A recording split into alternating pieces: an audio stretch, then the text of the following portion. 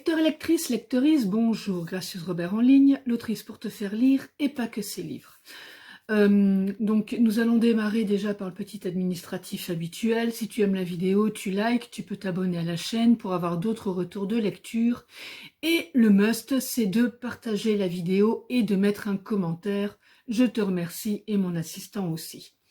Aujourd'hui, nous allons parler de Malou d'Ivray aux éditions Le Penseur.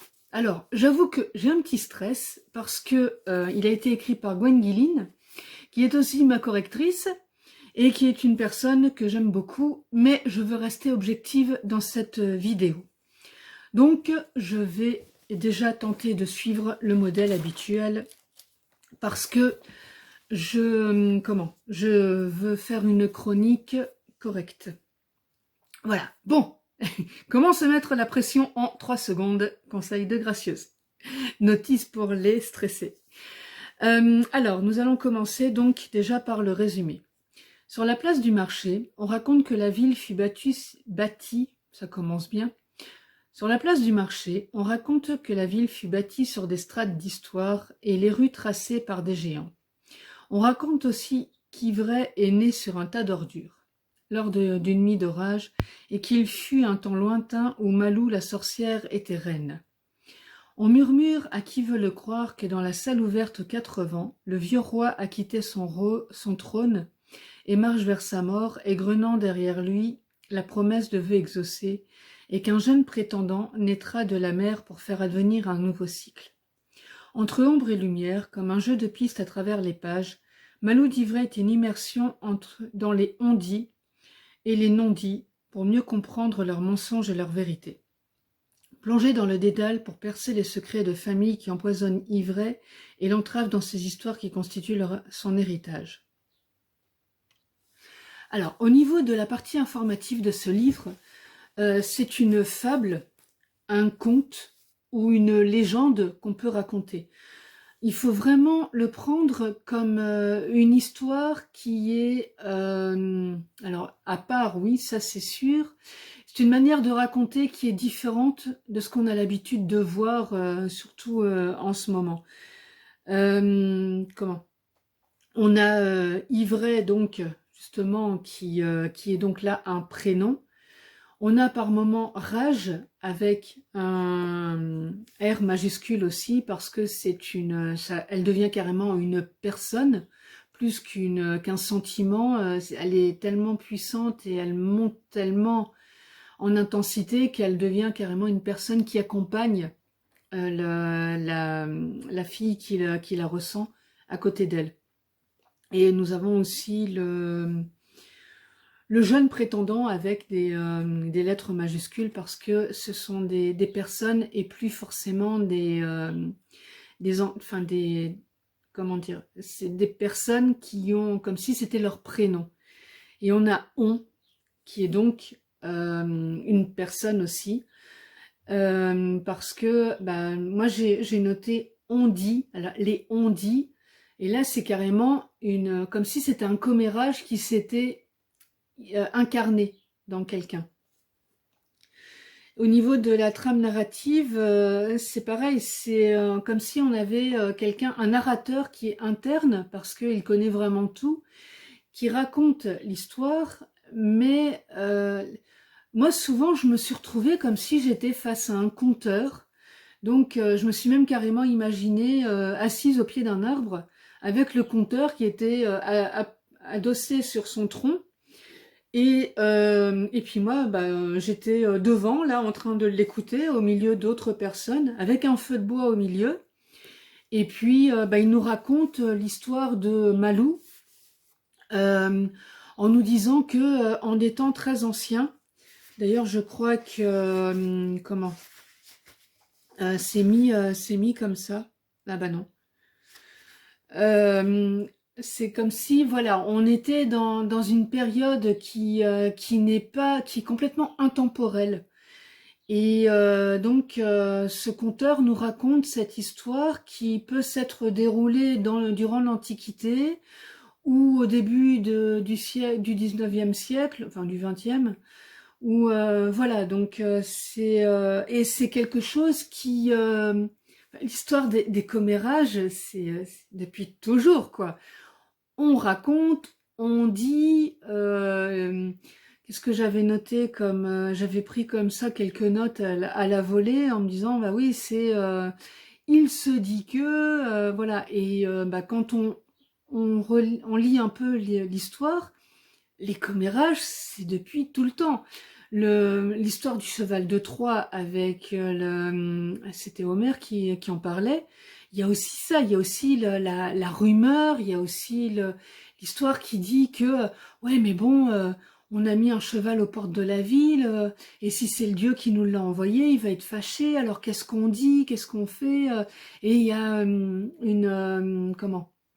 Il y a quelqu'un qui a été raconté que voilà, on est vraiment dans cette idée aussi de il se raconte que on est vraiment personnifié pour que pour dire voilà, c'est plus seulement des petits comme ça qui circulent, non, c'est vraiment une personne, une entité à part entière qui a des bribes d'histoire et qui les vend au marché. Et donc, chacun peut reconstituer son histoire en reprenant les bribes qui sont vendues.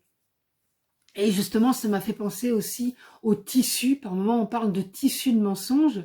Et j'ai imaginé ces bribes, aux brides, si on les coud, eh ben voilà, on va pouvoir reconstituer ce tissu qui est notre histoire qu'on a écrite sur un autre support qu'un papier, un parchemin ou maintenant un fichier électronique. Le sujet de l'œuvre, bah, c'est donc, comme on disait, l'histoire d'une famille, des non-dits, ce coup-ci. Et j'ai aussi beaucoup vu l'identité de la mère. Donc, il va vraiment falloir que j'aille chercher mes notes parce que bien sûr, comme d'habitude, je les ai oubliées. C'est la mère qui est aimante, mal aimante, non aimante, et de cette gamine qui s'appelle Ivray et qui cherche l'affection de la mère comme une enfant battue, maltraitée, qui veut toujours, qui préfère toujours avoir des coups pour que la mère s'occupe d'elle plutôt que de rien avoir. C'est dans l'idée de tout plutôt que l'indifférence. Et on est toujours aussi dans la thématique de bah, tant qu'on parle de moi, on s'occupe de moi. Donc on est là pour aussi me donner une certaine importance. Je trouvais une certaine violence dans ce conte parce que on n'est pas dans le conte de fées du tout. On est plutôt dans la réalité crue des parents qui sont là pour s'occuper des enfants, mais qui par moments s'en occupent mal, qui font des choix qui sont pas forcément toujours appréciés par la société, par la morale, ou voilà. Et c'est vrai que par moments, j'ai arrêté ma lecture parce qu'il y a des choses qui m'ont vraiment dérangée, qui ont remué des choses en moi aussi.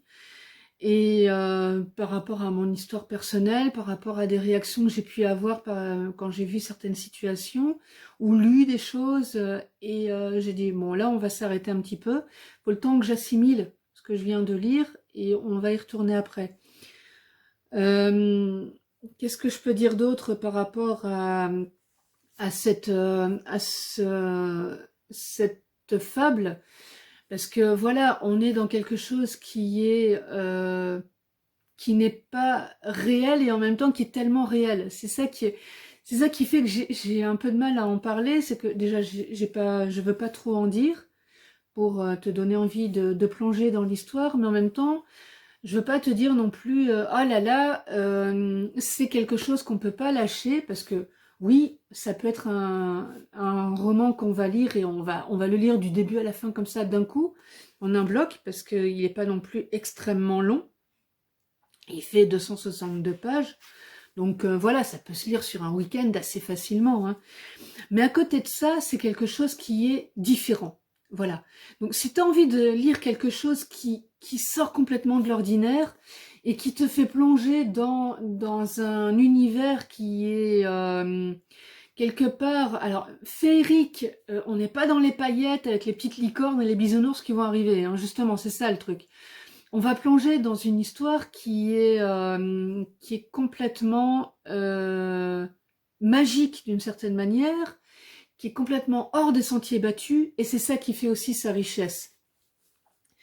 Et qui fait que bah, tu vas te retrouver avec, par moments, oui, cette impression que tu as un sentiment qui t'accompagne. Alors, j'espère pour toi que ça peut être la joie qui s'incarne complètement à côté de toi et qui peut te serrer dans ses bras et tout. J'espère pour toi que ça va pas être la rage, parce que bah là, ça va être autre chose. Et du coup, comment vas-tu faire pour la faire repartir et s'incarner dans quelque chose qui va la transformer d'une bonne manière? Parce que si tu laisses la rage t'étreindre et t'enserrer, bah, ça risque de porter des complications et et te faire avoir des gestes que tu risques de regretter. Parce qu'il y a ça aussi, on identifie pas mal de choses comme ça. On a aussi la prostituée dont j'ai oublié le nom, qui vit une histoire qui est très difficile. Moi, j'ai eu l'impression aussi de retrouver des références à des auteurs comme Hugo, comme Zola, qui vont aller vraiment te raconter des histoires qui sont très dures. Mais quelque part, oui, c'est quelque chose qui va te mettre mal à l'aise, qui va faire que bah, tu te dis, ouais, mais bon, moi, si je lis, c'est aussi pour me détendre.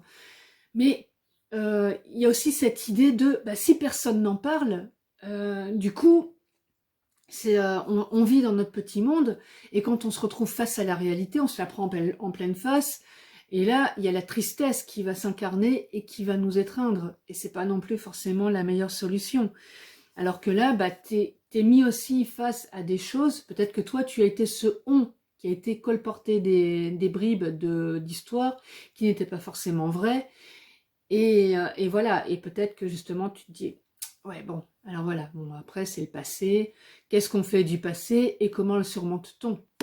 Eh bien, tu peux voir aussi une partie de cette thématique dans Malou d'Ivray. À recommander à qui? Parce que voilà, là aussi est toute la difficulté. À recommander à des gens qui ne vont pas se laisser décourager à la lecture du premier chapitre en se disant « j'ai rien compris, bah ça m'intéresse pas, donc j'arrête ». À recommander aux gens qui ont envie de lire des choses différentes et qui ont envie de plonger dans un univers en se disant bah, j'ai aucune idée de là où ça va m'amener, mais c'est pas grave, je me laisse guider par l'autrice et on verra. Et puis, je vais certainement avoir des surprises très agréables et je vais me laisser entraîner par ce conteur assis au pied de son arbre et pour voir quelle leçon il a envie de me donner. Voilà, donc moi je te dis, laisse-toi plonger dans l'univers de Malou d'Ivray et dans l'univers de On qui raconte des belles histoires. Et moi je te dis à très vite pour d'autres lectures. Lecteur, lectrice, maintenant que tu as bien écouté la vidéo, je vais me présenter quand même, c'est toujours utile.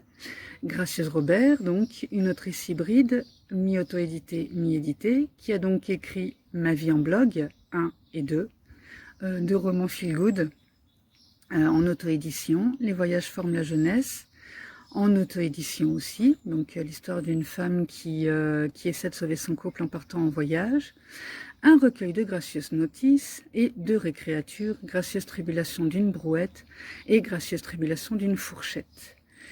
Je réalise aussi des interviews d'auteurs pour vous permettre de les découvrir sous un autre angle, des horoscopes, comme tu vois, des retours de lecture. Je suis disponible sur YouTube, Instagram et Facebook sur le même nom, Gracieuse Robert, et sur mon site lesgracieusetés.fun. Et aussi, de toute manière, il est accessible par le lien gracieusrobert.com. Donc, si tu as aimé la vidéo, tu peux activer, tu peux mettre un petit pouce bleu, la partager. Elle est aussi accessible aux personnes non-voyantes parce que de toute manière, on peut tout écouter.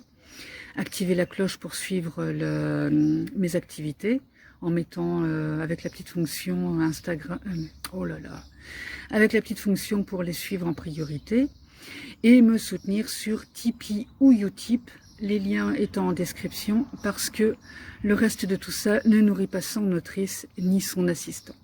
Merci de ton écoute et je te dis à très vite sur un des réseaux sociaux.